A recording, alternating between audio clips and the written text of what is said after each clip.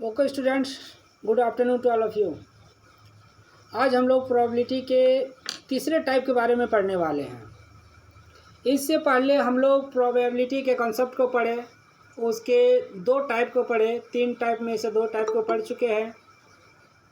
अब हम लोग क्या करेंगे, तीसरे टाइप के बारे में पढ़ने वाले हैं। तो फिर जो पढ़े हम लोग प्रोबेबिलिटी के बारे में, उसको थोड़ा सा हम लोग रिवाइज कर लेते हैं, उसके बारे में थोड़ा सा जान लेते हैं कि बेसिकली प्रोबेबिलिटी जो है, प्रोबेबिलिटी किसको कहेंगे।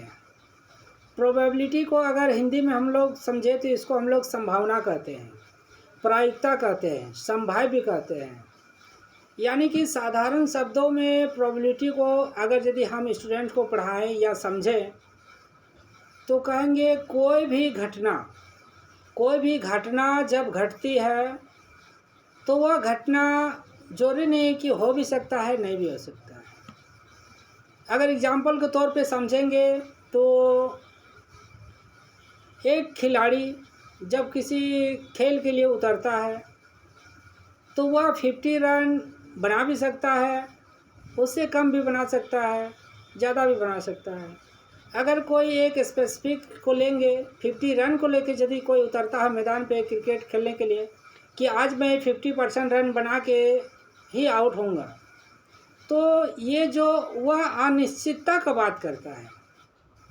अनिश्चितता मतलब वो पहले ही उसने अपने बात को बोल दिए कि आज मैं 50 रन बनाऊंगा, लेकिन ये जरूरी नहीं है कि वो 50 रन बनाएगा। हो सके उससे पहले आउट हो जाए, हो सके 0 रन पे आउट हो जाए, या फिर उससे ज़्यादा भी रन बना सके। तो इस प्रकार की वैसे सेंटेंस, वैसे वाक्य जो संभावना को व्यक्त करता है, जो अनिश्चितता को व्यक्त करता है, यानी कि अनिश्चितता कहने का मतलब है कि हो भी सकता है, नहीं भी हो सकता है। जब दोनों का हो भी सकता है, नहीं भी हो सकता है, इस तरह का जब कोई बात करता हो तो वहाँ पे हम प्रोबेबिलिटी का उपयोग करते हैं। अपने रियल लाइफ में, अपने आसपास में दिन प्रतिदिन के कार्यों में देख पाते हैं, प्रोबेबिलिटी का हम लोग उपयोग करते हैं। दिन प्रतिदिन अगर कहा जाए तो आज किसी ने कहा कि आज बारिश हो सकता है, ये जरूरी नहीं है कि आज बारिश हो भी सकता है, नहीं भी हो सकता है। तो आज बारिश होने की संभावना अधिक है, कोई कहता है, तो जरूरी नहीं है। उसने कहा कि संभावना है, तो संभावना है तो ये जरूरी नहीं है कि बारिश होगी ही, नहीं भी हो सकता है। तो प्रोबेबिलिटी क्या करता है कि जो हमारा सेंटेंस है, जो वाक्य के फॉर्म में है, उस वाक्य के फॉर्म को वह अपने नंबर के फॉर्म में कन्वर्ट करता है। और प्रोबेबिलिटी बताता है, नंबर से बताता है कि कितना परसेंट है जो हो सकता है, कितना परसेंट है जो नहीं हो सकता है। इस प्रकार से प्रोबेबिलिटी क्या करता है, उसे नंबरिकल फॉर्म में, स्टैटिस्टिक्स के रूप में उसको रिप्रेजेंट करता है कि हाउ का बात करता है, कितना। अगर मैं एक सिक्के को उछाल रहा हूँ तो हेड भी हो सकता है, टेल भी हो सकता है। तो आप नहीं बता सकते हो कि हेड होगा या टेल होगा।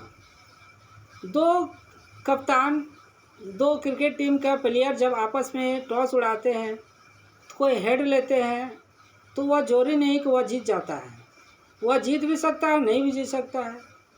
तो अब ये प्रोबेबिलिटी वहाँ पे बताता है कि कितना परसेंट है आपका जीतना का और कितना परसेंट है आपको हारने का। ये प्रोबेबिलिटी वहाँ पे बताएगा आपको कि कितना परसेंट आपका है जीतने का, कितना परसेंट आपका हारने का। तो इसे किस प्रकार से वो बताता है, तो सबसे पहले हम लोग देखते हैं कि कोई भी घटना कितने बार वह घटित हो रही है। कोई भी घटना कितने बार घटित हो रही है, number of the occurrence, total number of occurrence को हम लोग देखते हैं। तो टोटल नंबर ऑफ ऑकरेंस यहाँ पे हमारा हेड और टेल दो प्रकार का है, हेड होगा या फिर टेल होगा। टोटल नंबर ऑकरेंस मेरा क्या हो जाएगा, 2 हो जाएगा। और 2 में से मैंने कहा कि हेड आने की क्या प्रायिकता है, तो मैंने उसमें से एक को आने की बात कहा, तो यानी कि नंबर ऑफ ऑकरेंस क्या हो जाएगा, 1 हो गया और टोटल 2 हो गया। यानी कि इसको जब हम प्रोबेबिलिटी के रूप में देखेंगे तो 1/2 हो जाएगा। 1/2 यानी कि हाफ। 100% में 50% वो जीत भी सकता है, 50% वो नहीं भी जीत सकता है। इस प्रकार से जब ये नंबर के फॉर्म में बता दिया तो यहाँ पे प्रोबेबिलिटी का उपयोग होता है। और प्रोबेबिलिटी में मैंने 2 प्रकार का प्रोबेबिलिटी को पढ़ा, 2 में से एक थ्योरेटिकल बेस पे पढ़ा। जो थ्योरेटिकल होता है वह रीजनिंग बेस होता है, यानी कि रीजनिंग के तर्क के आधार पे उसको किया जाता है इस प्रकार से। और इस प्रकार जब प्रोबेबिलिटी को 3 टाइप में से 2 टाइप को हमने पढ़ा, अब हम लोग जो है तीसरे टाइप के बारे में अभी पढ़ेंगे। तो पहले थ्योरेटिकल हो गया, एक्सपेरिमेंट हो गया, अब एक्सियोमेट्रिक आएगा। तो अब हम लोग क्या पढ़ेंगे, एक्सियोमेट्रिक प्रोबेबिलिटी, यानी कि स्वयं सिद्धि संभावना। प्रोबेबिलिटी को हम लोग 2-3 नामों से जान सकते हैं, संभावना के नाम से, प्रायिकता के नाम से, संभाव्य के नाम से। इस प्रकार यदि वर्ड को चेंज करें तो आपको वहाँ पे डरना नहीं है, कहीं भी किसी तरह से अपने माइंड को डाइवर्ट नहीं करना है। तो प्रोबेबिलिटी को अपने साधारण शब्दों में आप लोग समझे या नहीं समझे ये बताइए। आप लोग को प्रोबेबिलिटी समझ में आया? आपने टूटी फूटी अपने लैंग्वेज में समझ में आ गया प्रोबेबिलिटी क्या करता है? कोई भी घटना होने और ना होने या ना होने की जब संभावना की बात करता है तो उसे ही हम लोग प्रोबेबिलिटी कहते हैं। आप लोग आया समझ में प्रोबेबिलिटी? आया या नहीं बताइए? यस सर, आ गया। Yes sir, okay, thank you. तो अब हम लोग तीसरे टाइप के बारे में पढ़ेंगे, एक्सियोमेट्रिक प्रोबेबिलिटी, स्वयं सिद्धि। इन एक्सियोमेट्रिक probability a set of rules or axioms are set which apply to all types। यानी कि ये जो स्वयं सिद्धि संभावना में नियमों या स्वयं सिद्धि का एक समूह निर्धारित किया जाता है जो सभी प्रकारों पर लागू होता है।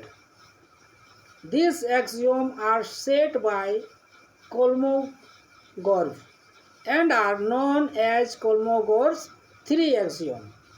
देखिए यहाँ पे क्या कर रहा है कि इस प्रकार का जो एक्सियोम होता है उस एक्सियोम को हम लोग क्या कहेंगे, एक्सियोम्स 3 एक्सियोम कहेंगे। कोलमगोर्स, यहाँ पे क्या पढ़ेंगे, कोलमोर्ग। ये जो नाम है कोलमोर्ग का 3 एक्सियोम्स, यानी कि कोलमोगोरोव द्वारा निर्धारित किए गए 3 स्वयं सिद्धि के रूप में जाने जाते हैं। अगर पूछे जाए कोलमोगोरोव के द्वारा कितने स्वयं सिद्धि को जाना जाता है तो वहाँ पे आपको बताना होगा कि 3 एक्सियोम्स को वहाँ पे बताया जाता है।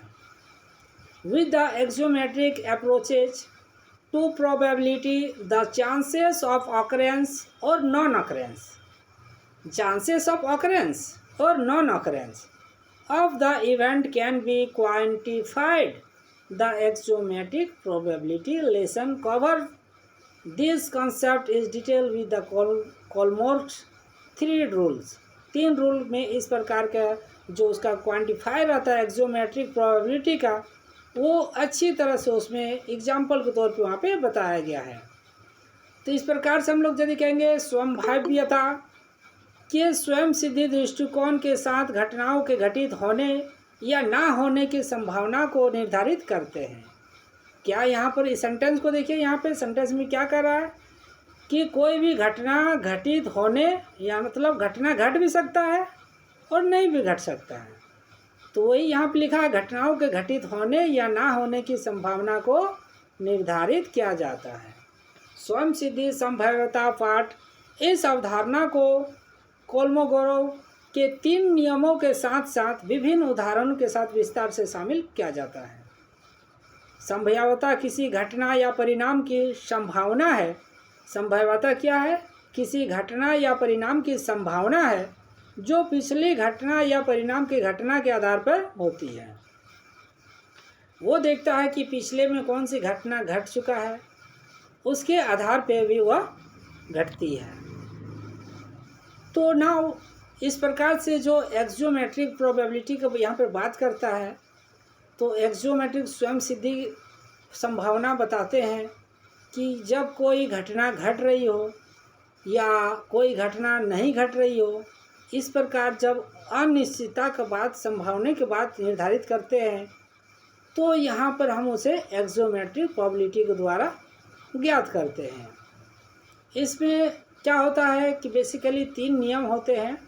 उन 3 नियमों के साथ अच्छे ढंग से किसी प्रकार के उसके घटनाओं को होने वाली अनिश्चितता के बारे में वो बताती है कि क्या हो रहा है, कितना हो रहा है, किस प्रकार से हो रहा है। हाउ का जब आंसर देता है यानी कि कितना, 1/2, 1/3, कितना परसेंट, 50%, 70%, जब वहाँ न्यूमेरिकल फॉर्म में बात करता है तो वहाँ पे एक्सोमेट्रिक प्रोबेबिलिटी आता है। Now second slide, next slide पे देखिए, प्रोबेबिलिटी ऑफ एन इवेंट। कोई भी किसी घटना की प्रायिकता, इवेंट का मतलब होता है घटना, घटना घटने की कोई भी होता है, कोई भी घटना घट सकता है। अगर यहाँ पे बात किया जाए तो कल कहीं यदि किसी को जाना है, कल स्कूल जाना है, या फिर आज सुबह को स्कूल जाना है किसी को, तो वो सोचता है कि आज स्कूल में जाऊं या ना जाऊं। अगर किसी व्यक्ति का देखूंगा कि आज मैथ्स का टीचर कॉलेज आ भी सकता है, नहीं भी आ सकता है। अगर वह इस कॉलेज आ भी रहा है, आते आते रास्ते में उसका किसी प्रकार का कोई बाइक से आ रहा है, उसका बाइक ख़राब हो गया, अब बाइक इस तरह ख़राब हो गया कि उसका बन ही नहीं रहा है, तो फिर वो स्कूल नहीं आ पाता है। वो स्कूल के लिए निकला लेकिन वह नहीं पहुंच पाया। तो इस प्रकार से क्या हुआ है, आप लोग स्टूडेंट जो एजम्पशन लगाते हैं, आ भी सकते हैं टीचर, नहीं भी आ सकते हैं, तो इन सभी घटना को यहाँ पर इवेंट के रूप में वहाँ पे हम लोग देखते हैं। So let's assume an event E. किसी इवेंट को हम लोग ई से सूचित कर लेते हैं, मान लेते हैं कोई भी घटना ई है, कोई घटना को हम लोग ई मानते हैं। कैन ऑकर्स इन आर वे, यानी कि आर तरीका को हम लोग आर मान लेते हैं। Out of some of n probable, यानी कि जितना संभावना है, ये हो सकता है, ये हो सकता है, ये हो सकता है, वो हो सकता है, ये हो सकता है, जितने भी संभावना का प्रोबेबल है उसे हम लोग एन मान लेते हैं। और पॉसिबल इक्वली लाइकली वे, इस प्रकार से हमने क्या किया, कोई भी घटना को हम लोग ई मानते हैं और घटना में कितने बार वो घटना घट रही है, कितने बार क्या हो सकता है, उसे हम लोग एन मानते हैं। और कितने तरीक़ों से हो सकता है उसे हम लोग आर मान लेते हैं। ये हम लोग यहाँ पे अज्यूम कर लेते हैं, मान लेते हैं। मान ले कि एक घटना ई एन संभाव्यता समय के रूप में संभावित तरीक़ों के योग में से आर तरीक़ों से घटित हो सकती है। Then the probability of happening of the event or its success is expressed as। तब क्या होता है कि तब घटना के घटित होने या उसके सफल होने की प्रायिकता इस प्रकार व्यक्त की जाती है। किस प्रकार से व्यक्त की जाती है, P bracket E equal to R by R upon N, R upon N। यहाँ पे देखिए कि P ब्रैकेट में E है। P क्या इंडिकेट करता है, P जो है वह हमारा प्रोबेबिलिटी को इंडिकेट करता है। प्रोबेबिलिटी P से स्टार्ट होता है, इसलिए हमने यहाँ पर P लिखा। कोई भी इवेंट को हमने घटना को E माना, इसलिए ब्रैकेट में E लिखा। इक्वल टू R हमने क्या माना, वे को माना। अकर्स इन वे मतलब कितने तरीक़ों से हो सकता है उसे R माना तरीक़ा को, और कितना संभावना है प्रोबेबल, ये होगा, वो होगा, ये हो सकता है, उसे हमने n माना। तो इस प्रकार जब हमको वहाँ पर इंडिकेट करना है प्रोबेबिलिटी ऑफ इवेंट, कोई घटना की संभाव्यता को करना है, तो उसका क्या हो जाएगा, R upon n। The probability that the event will not occurs और known as its failure is express as. अब क्या करते हैं, यहाँ पर एक तो मैंने P equal to R by N को देख लिया। अब दूसरा क्या है कि घटना के घटित ना होने या उसके विफल होने के प्रायिकता को किस प्रकार से व्यक्त करते हैं। सबसे पहले जो आपने देखा सबसे पहले इक्वेशन को देखिए, P=R/N। ये जो है उसको सफल होने की बात करता है, और सफल नहीं होने की जब बात करता है तो उसके नीचे वाले इक्वेशन को देखेंगे तो आपको लगेगा कि ये जो इक्वेशन है वह सफल नहीं होने की बात करता है। तो इसमें है P E dash equal to R-N यहाँ पे n क्या है मेरा, n जो है प्रोबेबल, सम ऑफ प्रोबेबल, यानी कि क्या क्या संभावना है, और r मेरा क्या, वे मतलब तरीका, कितने तरीक़ों से हो सकता है, इक्वल टू 1 - R/N। अब यहाँ पे 1 - R/N कैसे हुआ कि यहाँ पे देखिए n पहले में भी है दूसरे में भी है, इसलिए n को क्या किया गया, कॉमन लिया गया।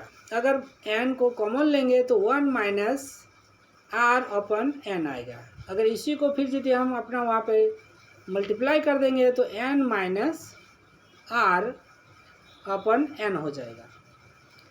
E represent that the event will not occurs. E इसमें क्या कर रहा है कि कोई भी घटना नहीं घटने की संभावना को बता रही है। इसमें E घटना नहीं घटने की संभावना को बता रही है सेकंड इक्वेशन में। फर्स्ट इक्वेशन में जो E है मेरा, वह घटना घटने की संभावना बता रहा है। इसमें सफल होने की बात कर सकता है, जीतने की बात कर रहा है कि आज मेरा इतना % है जो आज मैं इतना जीत सकता हूँ। दूसरे में बता रहा है इतना % है जो आज मैं नहीं जीत सकता हूँ। इस प्रकार से जब हम लोग देखते हैं, दोनों को कॉम्बिनेशन करते हैं, यानी कि घटना होने की और सेकंड में घटना ना होने की, ये दोनों अलग अलग है। जब दोनों को एक साथ मिला देंगे, घटने की और ना घटने की, तब वह मेरा क्या, 1 के बराबर हो जाता है। यानी कि जब प्रोबेबिलिटी का कोई भी हम उसका निकालेंगे तो वह 0 और 1 के बीच में हमेशा होगा। 0 और 1 के बीच में ही वह मान हमेशा आएगा। आप ध्यान देंगे कि प्रोबेबिलिटी कभी भी 1 से ज़्यादा वैल्यू नहीं आ सकता है। आप देंगे वहाँ पे प्रोबेबिलिटी का जब बात करता है तो 0 और 1 के बीच में आता है। जैसे हाफ हो गया या पॉइंट में आएगा 0.5, 0.65, इस प्रकार से वहाँ पे आता है। तो ये है इवेंट के बारे में हम लोग बात किए। इससे पहले हम लोग एक्जियोमेट्रिक के बारे में बात किए, एक्जियोमेट्रिक प्रोबेबिलिटी। इसके बाद हम लोग प्रोबेबिलिटी ऑफ एन इवेंट, कोई घटना की प्रायिकता के बारे में बात किए, जिसमें 2 का इक्वेशन आया। First equation P = R/N, second P E' equal to N - R/N। ये दोनों को जब हम ऐड कर दिए तो इक्वल टू 1 के बराबर हो गया। अब now second slide. This days probability theory is extensively used in various field, some term related to probability. Probability क्या कहता है कि हमारे जो प्रोबेबिलिटी का सिद्धांत है वो बहुत सारे क्षेत्रों में काम करता है। हमारे लाइफ के हर एक क्षेत्र में वो सारे, ज़्यादातर अधिकांश में आपको देखेगा कि आपको रियल लाइफ में क्या देखने को मिल रहा है। आप जो भी काम को करते हैं, जो भी इवेंट होता है आपके लाइफ में, आपके आसपास के इन्वायरमेंट में, वो कहीं ना कहीं आपके शिक्षा के कोई किसी न किसी कंटेंट से रिलेट करता है। तो आप क्या करेंगे, ये जितने भी घटनाएं घट रही है, जो कुछ भी हो रहा है, वो अपने लाइफ के एजुकेशन से जोड़ने का कोशिश करें। जब आप स्टूडेंट को पढ़ाएंगे तो कोई भी कंटेंट पढ़ाते समय उसके जीवन में जो इस प्रकार की कुछ हो रहा है, जो उससे रिलेट कर रहा है, तो उसी को बताने में वो ज़्यादा समझते हैं। नाउ एक्सपेरिमेंट क्या होता है? एन ऑपरेशन, यह एक ऑपरेशन है which can produce some well defined outcomes, जो क्या करता है कि एक अच्छी तरह से प्रोड्यूस हमको रिजल्ट वो देता है, इज कॉल्ड एन एक्सपेरिमेंट। इसी को हम लोग क्या कहते हैं, एक्सपेरिमेंट कहते हैं। वह प्रक्रिया, प्रयोग, यदि एक्सपेरिमेंट की बात करें तो वह प्रक्रिया जो कुछ सुपरिभाषित, मतलब अच्छे ढंग से परिभाषित परिणाम उत्पन्न कर सकता है, उसे ही हम लोग एक्सपेरिमेंट यानी प्रयोग कहलाती है। तो इस प्रकार से क्या है, ये एक्सपेरिमेंट है, प्रयोग है। प्रयोग किसे कहेंगे? जो अच्छे ढंग से सुपरिभाषित ढंग से एक सिस्टमेटिक वे से रिजल्ट को देता है, उसे ही हम लोग एक्सपेरिमेंट कहते हैं। Now each outcomes is called an event. जितने भी आउटकम यानी कि जितने भी आपको रिजल्ट मिल रहा है उतना ही आपका वह इवेंट कहलाएगा, घटना कहलाएगा। जितने परिणाम मिलेगा उतना ही घटना होगा। नाउ रैंडम एक्सपेरिमेंट क्या होता है? An experiment in which all possible outcome are known and the exact outcome cannot be predicted in advance is called an random experiment। एक एक्सपेरिमेंट हो गया जो अच्छे ढंग से सुपरिभाषित परिणाम देता है। दूसरा रैंडम हो गया। रैंडम क्या करता है? यह संभावित परिणाम ज्ञात होता है और सटीक परिणाम का पहले से अनुमान नहीं लगाया जाता है। यह क्या होता है? इसमें आप अनुमान नहीं लगा सकते हैं। किसमें? रैंडम में। रैंडम में आप अनुमान नहीं लगा सकते हैं, आप पहले से अच्छे ढंग से इसको जान नहीं सकते, लेकिन एक्सपेरिमेंट पर आपको पहले से पता रहेगा। जैसे एक्सपेरिमेंट का यदि एग्जांपल मिले तो जैसे एक्सपेरिमेंट मान लीजिए हम लोग करते हैं H2+O, यानी कि हाइड्रोजन के एक, यदि हम लोग किसी प्रकार का केमिस्ट्री की बात करते हैं जैसे जल का H2O, तो हाइड्रोजन के दो अणु ऑक्सीजन के एक अणु मिलने से बनता है, तो ये हम लोग पहले जान लेते हैं कि इससे जल ही बनता है। अगर C+O मिले तो CO बनेगा। इस प्रकार से कोई एक्सपेरिमेंट जब करता है तो उसको हम लोग पहले से जान लेते हैं। लेकिन जब नॉन एक्सपेरिमेंट होता है, रैंडम एक्सपेरिमेंट होता है, उसे हम लोग पहले से नहीं जानते। कैसे? कि रैंडम का मतलब होता है यादृच्छिक। जैसे एक थैला में 4 कलर का बॉल भरे हुए हैं, सब एक ही आकार का है, लाल, हरा, पीला, नीला, ये 4 प्रकार का कलर है, और आपको बोला जाए कि उस बोरे में से एक को बिना देखे आप हाथ घुसा के निकालिए, तो जब निकालेंगे तो आप गारंटी नहीं कर सकते कि आप जो निकालेंगे वह लाल ही होगा या फिर पीला ही होगा। आप एग्जैक्ट नहीं बता सकते हैं। यह एक क्या यादृच्छिक निकाल रहे हैं जिसमें आप पहले से अनुभव या पहले से अनुमान नहीं लगा सकते हैं कि यही होगा। इसे ही हम लोग रैंडम एक्सपेरिमेंट कहेंगे। एक हो गया एक्सपेरिमेंट, दूसरा हो गया रैंडम एक्सपेरिमेंट। एक्सपेरिमेंट क्या होता है? एक अच्छी ढंग से सुपरिभाषित रूप से परिणाम को देता है जिसको पहले से अनुमान कर लेते हैं। रैंडम एक्सपेरिमेंट क्या होता है? जो अच्छे ढंग से सुपरिभाषित रूप से उसमें नहीं होता है, सब मिक्स के रूप में होता है, जो पहले से अनुमान हम लोग नहीं लगाया जा सकता है। इसे ही यादृच्छिक प्रयोग कहते हैं। ट्रायल करते हैं। By a trial we mean performing a random experiment. एक परीक्षण से हमारा तात्पर्य एक यादृच्छिक प्रयोग करना होता है। Now empirical probability. Suppose we perform an experiment and let n be the total number of trials. total number को n मान लेते हैं हम लोग। The empirical probability of happening of an event, event को हम लोग e मान लेते हैं। event को, घटना को e माने, total number को n माने। तब जब हमको इसका निकालना रहे probability of event equal to number of trial in which the event happened upon total number of trial, ये बात करते हैं। टोटल नंबर ऑफ ट्रायल हमेशा नीचे होता है और ऊपर में number of trials which we event happen, उसे हम लोग ऊपर में इंडिकेट करते हैं। तो इस प्रकार से क्या है कि एक एक्सपेरिमेंट के बारे में पढ़ा, दूसरा रैंडम एक्सपेरिमेंट के बारे में पढ़ा, प्रोबेबिलिटी, एक्सोमेट्रिक प्रोबेबिलिटी के बारे में पढ़ा। अब हम लोग क्या करते हैं, उससे रिलेटेड कुछ क्वेश्चन को हम लोग सॉल्व करने का कोशिश करते हैं। आप लोग को समझ में आया एक्सपेरिमेंट और रैंडम एक्सपेरिमेंट? आप लोग को समझ में आया? Yes sir. है ना। एक्सपेरिमेंट में क्या होता है कि वह एक सिस्टमेटिक वे में एक स्पेसिफिक रिजल्ट को देता है और पहले से हम लोग अनुमान कर लेते हैं कि यही होगा। और रैंडम में क्या होता है, यादृच्छिक होता है, पहले से अनुमान आप नहीं लगा सकते हैं। इसमें मिक्स होता है। उदाहरण के तौर पे ही हमने बताया कि कैसे एक थैले में 4 कलर का बॉल को भर देंगे एक ही साइज के, तो अब आप गारंटी नहीं कर सकते कि आप जो निकालेंगे वह उसी कलर का होगा। 4 कलर में से कोई भी कलर हो सकता है। अब हम लोग एक एग्जाम्पल पे आते हैं।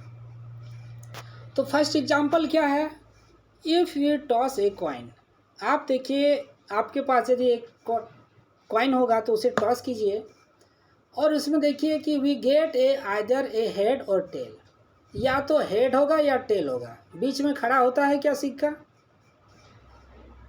सिक्का जब टॉस करते हैं तो हेड होगा या टेल, दोनों में से एक कोई होना ही चाहिए। क्या होगा या नहीं बताइए? होगा सर। होगा। तो यस सर। इस प्रकार से क्या है, 10 in toss a coin all possible outcomes are head and tail. Suppose we toss a coin 100 times. अब मान लेते हैं कि एक सिक्के को हमने 100 बार उछाला, एक सिक्के को हमने 100 बार उछाला, जिसमें से 62 टाइम्स 62 बार जो है हेड आया। 100 बार मैंने सिक्का के एक एक बार करके उछाला और मैंने नोट करते गया, लिखते गया कि फर्स्ट बार में हेड आया, सेकंड बार में टेल आया, फिर हेड आया, फिर हेड आया, फिर टेल आया, फिर टेल आया, फिर टेल आया, फिर हेड आया। इस प्रकार से जब हम वहाँ पे काउंट करके गिन गिन के लिखते हैं, सिक्के को 100 बार उछाला और 62 बार हेड आया। और यहाँ पे देखिए कि ये 100 और 62 क्या है, 100 क्या इंडिकेट करता है, 100 जो है वह टोटल इवेंट ऑफ ऑकरेंस को इंडिकेट करता है, और जो 62 है वह इवेंट ऑफ ऑकरेंस जो हमको चाह रहे हैं वो आया। इसी प्रकार से अब हम लोग क्या करते हैं कि लेट मान लेते हैं ई be the event of getting a head. कोई भी घटना घट रही है तो ई, उसको हम लोग ई मान लेते हैं।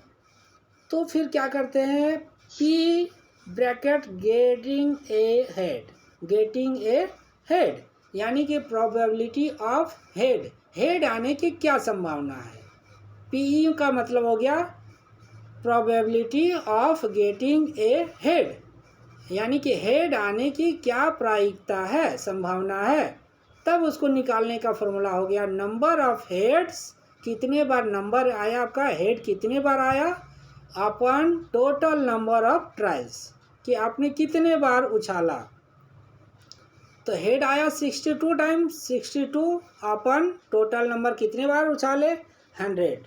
जब इसको डिवाइड देंगे, नीचे 2 जीरो है तो 2 के बाद पॉइंट होगा, यानी कि 0.62 आपका ये। इस प्रकार से प्रोबेबिलिटी को फाइंड करिए। नाउ नेक्स्ट स्लाइड पे हम लोग देखते हैं। अब उसमें हम लोग क्या किए, एक कॉइन को 100 टाइम्स हम लोग क्या किए, उसको टॉस किए। अब हम लोग क्या करते हैं, एक कॉइन को 200 टाइम्स टॉस करते हैं। 200 बार हमने एक कॉइन को टॉस किया, जिसमें से 114 टाइम्स क्या है, 114 बार जो है वह हेड आया और 86 टाइम्स जो है टेल आया। ये चीज़ आपका यहाँ पे फाइंडिंग है, दिया हुआ है। इसमें से यदि एक दिया हुआ रहता तो दूसरे भी हम लोग अपने से उसको पता लगा सकते थे। मान लो हेड यहाँ पे दिया हुआ था, दिया हुआ रहेगा, 114 बार जो है हेड आया, तो 2 से में 114 माइनस कर देंगे तो 86 जो है वह टेल आया। इस प्रकार से अब इसमें क्या है, हम लोग देखेंगे कि if a coin is tossed at random what is the probability of getting. यदि एक कॉइन को हम लोग उछालते हैं रेंडमली किसी भी तरीके से, तो क्या होने की संभावना है, हेड आने की संभावना कितनी है और टेल आने की संभावना कितनी है, कितनी प्रायिकता है, तो ये नंबर के फॉर्म में बताएगा। तो सबसे पहले हम लोग देख लेते हैं इसमें total number of trials. Total number of trials कितना है, 200 है। आप लोग देख रहे हैं 200 है ना total number of trials. Number of heads आप लोग सुन रहे हैं ना, समझ में आ रहा है, आ रहा है समझ में या नहीं बताइए? यस सर, आ रहा है। Thank you. तो इस प्रकार से टोटल नंबर ऑफ ट्रायल्स 200 हो गया। नंबर ऑफ हेड्स जो है 114 टाइम्स है और टेल्स जो है 86 टाइम्स है। ये यहाँ पे सारा गिवन है, दिया हुआ है, उसको केवल आपको समझना है कि कौन सा हेड कितना दिया हुआ है, टेल कितना दिया है, टोटल ट्रायल नंबर कितना है। अब ये सारे फाइंड हो गया। अब हमको क्या करना है, हमको निकालना है कि जो हेड होने की प्रोबेबिलिटी क्या है।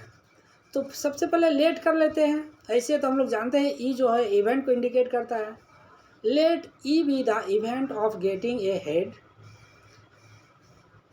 So P probability of getting a head equal to P equal to number of heads coming, यानी कि हेड कितने बार आया, number of heads coming upon total number of trials, कितने बार हमने टॉस किए, कितने बार ट्रायल किए।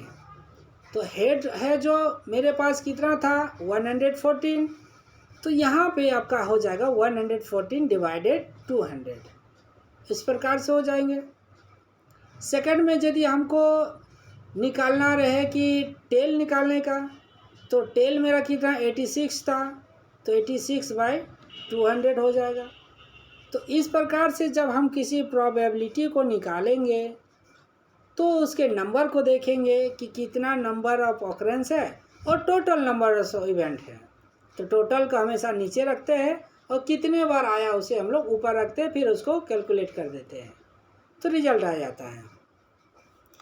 सो नाउ अब इस प्रकार से क्या है कि let E be the event of getting the head P equal to number of outcomes, वही यहाँ पर है। तो इस प्रकार से यहाँ हो गया। अब क्या है कि solve problem and solution of probability. अब क्या है कि प्रोबेबिलिटी का प्रॉब्लम को हम लोग कैसे सॉल्व करेंगे। सबसे पहले question number 1, find the probability of the getting 3 on rolling a die. एक डाइस को क्या करते हैं हम लोग, रोलिंग करते हैं, फेंकते हैं। तो डाइस में 1 से लेके 6 नंबर तक होता है। किसी भी आप डाइस को देखेंगे, लूडो का गोटी को देखेंगे जिसको हम लोग चलाते हैं, तो उसमें 1 से लेके 6 नंबर तक इंडिकेट होता है, 1 2 3 4 5 6, इस प्रकार से वहाँ पे होता है। तो जब टोटल यहाँ पर गिनेंगे कितने नंबर है न, टोटल नंबर ऑफ जो आउटकम्स होगा, नंबर ऑफ आउटकम यानी कि सैंपल NS इक्वल टू 6 जो रहेगा वह मेरा नंबर ऑफ आउटकम्स रहेगा। अब हमको क्या करना है, फाइंड करना है getting 3 on rolling a die, 3 आने की क्या प्रायिकता है। यानी कि हमने 1 से 6 तक नंबर है, मैंने उसे फेंका, तो कितना संभावना है कि 3 आएगा। उसमें 1 भी आ सकता है, 2 भी आ सकता है, 4 भी आ सकता है, 5 भी आ सकता है, 6 भी आ सकता है। तो 3 आने की क्या प्रायिकता है। तो 3 इसमें से देखेंगे कि 3 मेरा नंबर कितना है ना, 3 जो है 1 है, 3 केवल 1 है। तो नंबर ऑफ आउटकम्स जो होगा, फेवरेबल आउटकम्स 3 मतलब 1 होगा। फेवरेबल जो हमारा हमको जो निकालना है, फेवरेबल आउटकम 1 हो गया और टोटल नंबर ऑफ आउटकम्स हो गया 6 हो गया।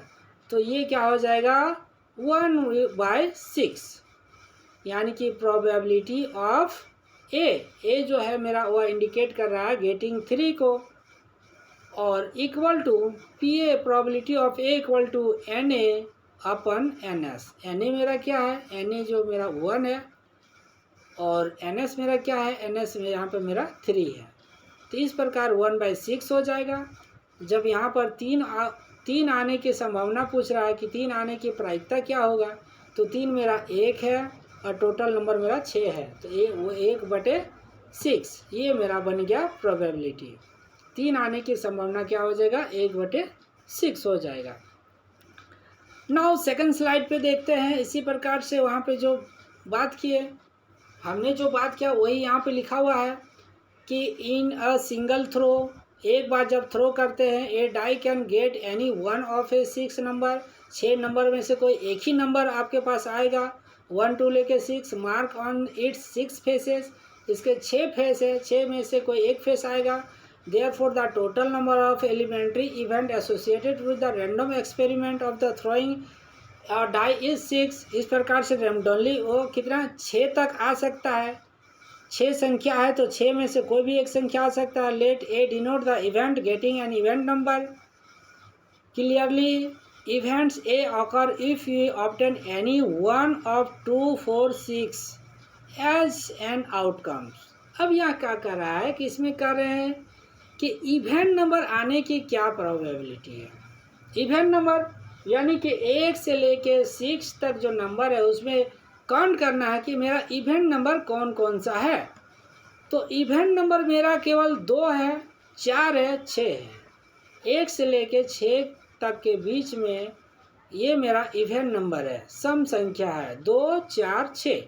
तो कितना हो गया, 2 4 6 1 2 3 हो गया। ये मेरा फेवरेबल आउटकम्स हो गया, ये मेरा फेवरेबल आउटकम्स हो गया। और टोटल आउटकम्स मेरा कितना होगा, 1 2 3 4 5 6, ये जो टोटल 6 हो गया, ये मेरा टोटल आउटकम्स हुआ। और ये 2 4 6 जो है यह मेरा फेवरेबल आउटकम्स हुआ। तो जब इसका हमको प्रोबेबिलिटी निकालना रहे तो प्रोबेबिलिटी इक्वल टू क्या होता है, favourable outcomes upon total outcomes. तो फेवरेबल आउटकम्स मेरा कितना है, 3 है। तो 3 यानी कि 3/6, यहाँ पे 3/6 होगा, तब वो कटेगा, तब मेरा वहाँ पे आएगा क्या, 1/2 आना चाहिए।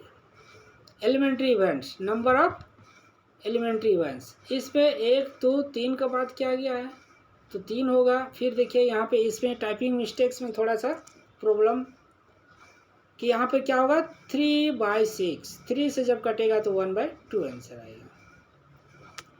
इसी प्रकार नेक्स्ट स्लाइड में देखिए, उसी प्रकार जब सिंगल थ्रो करते हैं किसी में, तो अब वहाँ पे हमारा इवेंट नंबर, हाँ ये देखिए event number, let event number आने की से क्या हो जाएगा, फेवरेबल नंबर 3 है, 3/6 हो गया, 1/2। ये मेरा करेक्ट है कि आपके पास जो इवेंट नंबर है कितना है, 2 4 6 है, 3 संख्या हो गया और टोटल 6 है, 3/6 काट के इसको 1/2 आया। इस प्रकार से नेक्स्ट आगे हम लोग बढ़ेंगे। तो अब क्या करना है हमको, गेटिंग मल्टीपल ऑफ 3, यानी कि 3 के मल्टीपल में आने की क्या प्रायिकता है। 3 का मल्टीपल मतलब 3 हो गया, 6 हो गया, 9 हो गया, 12 हो गया, इस तरह आगे बढ़ते जाता है। तो अब सबसे पहले 1 से लेके 6 तक ही मेरा पास नंबर है, 6 नंबर है। उन 6 नंबरों में से 3 के जो मल्टीपल है उसे हमको देखना है। 3 के मल्टीपल में आपका 3 आएगा और 6 आएगा, ये 2 ही आएगा। We observe that the event A occurs if we obtain either 3 or 6 as an outcome। ये मेरा आउटकम इवेंट हो गया, फेवरेबल आउटकम हो गया 3 और 6, यानी कि 2 नंबर है यहाँ पे। अब टोटल नंबर मेरा 6 है, यहाँ लिख दिया है favourable number of elementary event, ये बराबर 2 हो गया। और यानी कि PA, probability of A equal to 2/6 equal to 1/3।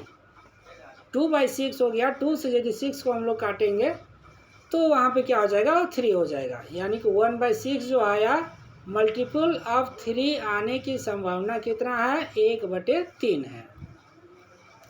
Same process इसमें हम लोग let A denote the event getting odd number. अब इसमें ऑड नंबर की बात कर रहा है। तो सबसे पहले देखिए ऑड नंबर कौन कौन सा है, 1 से लेके 6 तक में ऑड नंबर कौन कौन सा है। ऑड नंबर हो गया 1 हो गया, 3 हो गया, 5 हो गया। तो इस प्रकार से हमारे पास जो है 1 2 3 3 नंबर है जो कि मेरा ऑड नंबर है। टोटल कितना है, 6 है, 6 में से 3 मेरा ऑड नंबर है। तो यहाँ पर 3 जो है मेरा वह फेवरेबल नंबर एलिमेंट्री कहलाएगा और टोटल नंबर वह मेरा 6 कहलाएगा। इसलिए probability of odd number equal to 3/6। 3/6 जब इसको काटेंगे तो 1/2 आएगा। इस प्रकार से क्या है, ये प्रोबेबिलिटी को हम लोग यहाँ पे सॉल्व करते हैं। तो सबसे पहले ऊपर में लिखते हैं फेवरेबल आउटकम, नीचे लिखा जाता है टोटल आउटकम।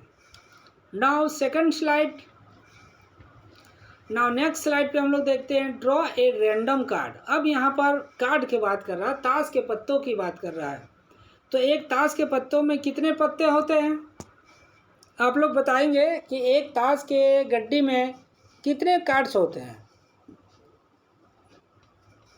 किसी को पता है, किसी को पता है कितना, 50 52, वेरी गुड। 52 होता है एक कार्ड के, जो होता है एक पत्तों, ताश के पत्तों में टोटल 52 होते हैं, 52 कार्ड्स होते हैं। तो कह रहा है कि what is the probability that card drawn in A face card. कह रहा है कि फेस कार्ड निकालने की क्या प्रोबेबिलिटी है। तो फेस कार्ड यहाँ पर कर रहा है। अब फेस कार्ड कर रहा है कि ताश के पत्तों के एक पैकेट से एक यादृच्छिक कार्ड बनाते हैं, निकालते हैं। इसकी क्या प्रायिकता है कि निकाला गया जो कार्ड होगा वह फेस कार्ड होगा। फेस कार्ड करने का मतलब किसे कहेंगे हम लोग? फेस कार्ड जिसमें आपका पिक्चर बनाया हुआ रहता है, जैसे किंग हो गया, क्वीन हो गया और गुलाम हो गया। इस प्रकार जिसमें जो बनाया हुआ रहता है उसे हम लोग फेस कार्ड कहते हैं। तो इस प्रकार से क्या करते हैं, अब हम लोग यहाँ पे मान लेते हैं एक स्टैंडर्ड डेस्क है द 52 कार्ड होता है। टोटल नंबर ऑफ आउटकम कितना? NS = 52। ये हमको पता है, ये हमको जानकारी है, दिया हुआ है कि जो टोटल नंबर आउटकम होगा 52 होगा। अब हमको निकालना क्या है, इसे हमको देखना पड़ेगा। निकालना क्या है? Face card. तब 52 पत्तों में से कितने पत्ते हैं जिसे हम लोग फेस कार्ड कहते हैं। तो let E be the event of drawing a face card. A face card को हमने ई मान लिया है। Number of favourable event NE = 4x, 4 × 3। ये 4 × 3 है, 4 से 3 को गुना किया। अब देखिए यहाँ 4 कहाँ से आया न। सबसे पहले देखना है कि कोई भी कार्ड जो बनती है, जिसे बनाया जाता है, वह 4 होता है। अगर आपके पास नहला है तो नहला आपका 4 रहेगा, दहला है तो दहला भी आपका 4 रहेगा, इक्का है तो इक्का भी आपका 4 रहेगा, सत्ता है तो सत्ता आपका 4 रहेगा। यानी कि जो भी पत्ते हैं सब एक ही पत्ते 4 प्रकार के होते हैं, इसलिए 4 यहाँ हो गया। और फेस के पत्ते कौन कौन सा है? एक क्वीन है, एक गुलाम है और एक किंग है, तो 3 हो गया। इसलिए 4 से 3 को यहाँ पे मल्टीप्लाई किए तो = 12 हो गया। तो 12 मेरा क्या आया? 12 मेरा जो है वह फेवरेबल आउटकम्स आया। इतने 12 पत्ते हैं जो फेस है, जैक, क्वीन एंड किंग, ये है। तो इस प्रकार से जब इसका प्रोबेबिलिटी हम लोग निकालेंगे तो NE / NS यानी कि 12/52। 12/52 को जब हम लोग इसको कैलकुलेशन करेंगे, जो काटेंगे, तो वो आपका आ जाएगा 3/13। 3/13 आ गया। इसी प्रकार से हम लोग किसी का भी, अब यहाँ पे दूसरा किसी का भी निकालने, जिसका निकालने बोले उसको पहले हम लोग फेवरेबल आउटकम को गिन लेंगे कि कितना है। टोटल तो 52 हर एक में होगा। अगर ताश के गड्डी के पत्ते में से क्वेश्चन पूछेगा तो जो आउटकम्स होगा टोटल 52 होगा। अब उसमें से जो निकालने बोलेगा उतना गिन के उसको हम लोग डिवाइड कर देंगे। नाउ अब क्या है कि एक बर्तन में 4 नीले गेंद, 5 लाल गेंद और 11 सफ़ेद गेंद को रखा गया है। एक वेसल है, एक कोई बर्तन है जिसमें 4 नीले का है, 5 लाल है और 11 सफ़ेद है। अब उसमें से यादृच्छिक रूप से बर्तन से 3 गेंद निकाली जाती हैं। 3 कलर का है और उसमें से हम 3 गेंद को निकालते हैं। जब 3 गेंद निकालेंगे यादृच्छिक रूप से, आपको देखना नहीं है, तो पहली गेंद लाल, दूसरी गेंद नीली और तीसरी गेंद सफ़ेद होने की क्या प्रायिकता है? प्रायिकता क्या है? कितनी संभावना है कि पहला गेंद लाल हो जाएगा, कितनी संभावना है जो दूसरा गेंद निकालेंगे वह नीली होगा, कितनी संभावना है जो तीसरा गेंद निकालेंगे वह सफ़ेद होगा। तो ये संभावना का बात करेगा, कितनी संभावना बताइए, परसेंटेज का बताइए। इस प्रकार से वहाँ पे पूछते हैं। तब क्या करते हैं, यहाँ पर हम लोग कैसे निकालेंगे इसको? The probability to get the first ball is red और द फर्स्ट इवेंट इज 5/20। अब यहाँ पे टोटल पहले देखिए कि टोटल आउटकम्स कितना है, सबको पहले गिन लेंगे। 4 आपका नीली गेंद है, 5 लाल गेंद है, 11 सफ़ेद गेंद है, सबको जब जोड़ेंगे यहाँ पे तो आ जाएगा 20। यानी कि टोटल नंबर इवेंट क्या हो जाएगा? 20 हो जाएगा। अब उसमें से कह रहा है कि 20 में से कह रहा है कि हमारे पास क्या होना चाहिए? पहले लाल होना चाहिए। तो लाल कितना मेरा? 4 है। इसलिए क्या हो जाएगा, यहाँ पे लाल की जब इवेंट की बात करेंगे और इवेंट में से यहाँ पर सबको जोड़ेंगे कि 4 + 1 करके यानी कि प्रोबेबल मस्ट रेड और द फर्स्ट इवेंट, पहला इवेंट में, तो पहला इवेंट में क्या होता है, एक हेड होता है, तो 5/20 आएगा। Since we have draw a ball from the first event to occurs, then the number of the possibility left for the second number event of the occurs, यानी कि पहला में से एक बॉल को जब निकालेंगे तो दूसरे बार में फिर एक बॉल कम हो जाता है। तो इस प्रकार से क्या हो जाएगा, दूसरी गेंद जब नीली निकालेंगे तो उसमें से 20 में से नहीं 19 में से निकालेंगे, क्योंकि पहले मैंने एक लाल गेंद को निकाल चुका हूँ। तो अब जो टोटल हो गया 19 हो गया। अब उसमें से देखना है कि निकालना कितना है इवेंट सेकंड में से जो दिया गया है उसको फिर हम लोग देखेंगे, फिर उसको ऊपर में रखेंगे, नीचे टोटल का रखेंगे। तो इस प्रकार से हम लोग यहाँ पे उसका सॉल्व करेंगे।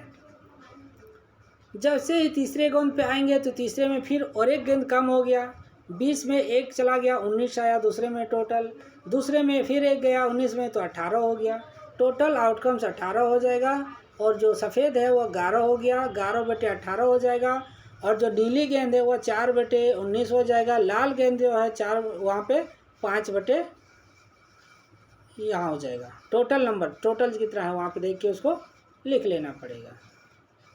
सो इस प्रकार से इवेंट को हम लोग यहाँ पे सॉल्व करते हैं।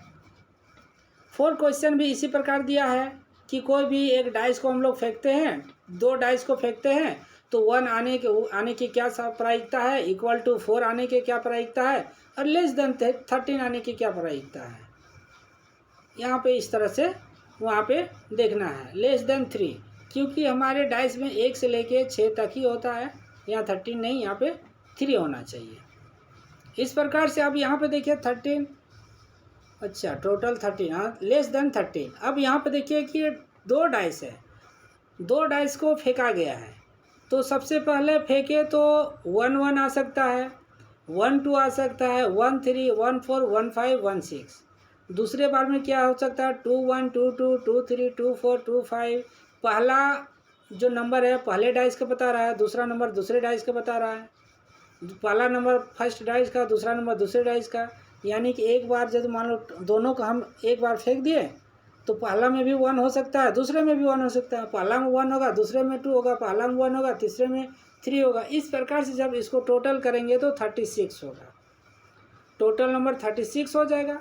अब कह रहा है का सम इक्वल टू 1 होता है, जितने भी इवेंट होता है, घटनाएं होती है, सबको जोड़ेंगे तो वह 1 के बराबर होता है। तो इसलिए यहाँ पे हम लोग देखते हैं कि NE/NS, NE जो है वह मेरा क्या है, नंबर ऑफ आउटकम्स जो वहाँ बताया गया, तो वहाँ पर 0 की बात किया गया।